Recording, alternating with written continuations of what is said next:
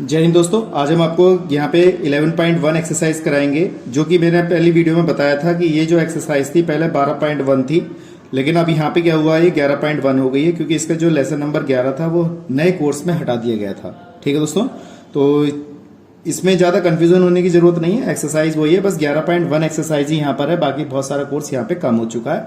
आप मेरी प्लेलिस्ट में जाके देख सकते हैं, मैंने वहाँ पे डाल रखा है कौन कौन से चैप्टर वहाँ पे कम हुए हैं। ठीक है दोस्तों, तो देरी ना करते हुए स्टार्ट करते हैं। पहले हमारे पास मैंने पहला प्रश्न कराया था, दूसरा प्रश्न कराते हैं। एक वृत्त के चतुर्थांश का क्षेत्रफल ज्ञात कीजिए जिसकी परिधि कितनी दे रखी है, 22 सेंटीमीटर दे रखी है। यानी कि चतुर्थांश का क्षेत्रफल ज्ञात करना है और जिसकी परिधि कितनी दे रखी है, 22 सेंटीमीटर दे रखी है। यानी कि अब हमें परिधि पता है 22 सेंटीमीटर। ठीक है दोस्तों, तो कैसे करते हैं देखिएगा, वीडियो पे बने रहिएगा। देखिए दोस्तों, यहाँ पे हमारे पास क्या क्या दे रखा है। अगर चतुर्थांश की बात करेगा तो अगर आप चाहें तो थीटा का मान जो होता है वो 90 डिग्री हमें दे रखा होता है, ये बात ध्यान रखिएगा। ठीक है, वरना आप डायरेक्ट चतुर्थांश का फॉर्मूला आपको पता होता है, 1/4 पाई आर स्क्वायर हमारा चतुर्थांश का फॉर्मूला होता ही होता है। ठीक है दोस्तों, अब यहाँ पे क्या दे रखा है, हमारे पास इसकी परिधि दे रखी है। यानी कि अगर आप बात करें तो वृत्त की परिधि हमें दे रखी है। वृत्त की जो हमारे पास परिधि है वो कितनी दे रखी है, हमारे पास वृत्त की परिधि हमें दे रखी है यहाँ पर 22 सेंटीमीटर हमें यहाँ पे दे रखी है। तो वृत्त की परिधि का फॉर्मूला कितना होता है हमारे पास, 2 पाई आर। यहाँ से हम त्रिज्या ज्ञात कर लेंगे, तो ये कितना हो जाएगा, 22 इक्वल टू में 22 लगा देंगे। तो यहाँ से आर बराबर 22/2 पाई, इस तरीके से हमने यहाँ पे लिखा। तो आर बराबर कितना, ये कैंसिल हो गया 11 बार, तो 11 बटे क्या बचा, पाई बचा।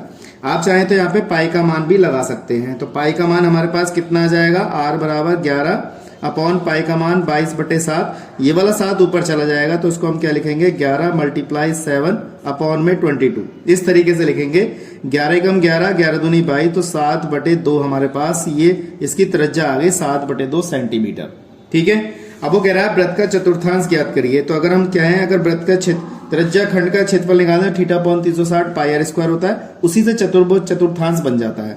आप लिखना चाहें तो लिख सकते हैं वृत्त का चतुर्थांश, वृत्त का चतुर्थांश का क्षेत्रफल। वृत्त का चतुर्थांश का जो क्षेत्रफल होता है वो होता है 1/4 पाई आर स्क्वायर। मैं आपको बहुत इंपॉर्टेंट बात बताना चाह रहा हूं, सुनिएगा।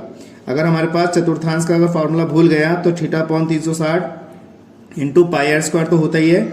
जब भी कभी चतुर्थांश की बात करें, थीटा का मान 90 डिग्री होता है, इसको इस तरीके से लिखेंगे पाई आर स्क्वायर, ये कट जाएगा 4। देखिए 1/4 पाई आर स्क्वायर बचा, हम डायरेक्ट यहाँ पे लगाते हैं, ये बात ध्यान रखिएगा। ठीक है, तो यहाँ पे हमारे पास कितना 1/4 है, पाई का मान 22/7 है और आर का मान अभी हमने ज्ञात किया है 7/2। तो इसको यहाँ लगा देंगे, 7/2 का क्या आ जाएगा, होल स्क्वायर।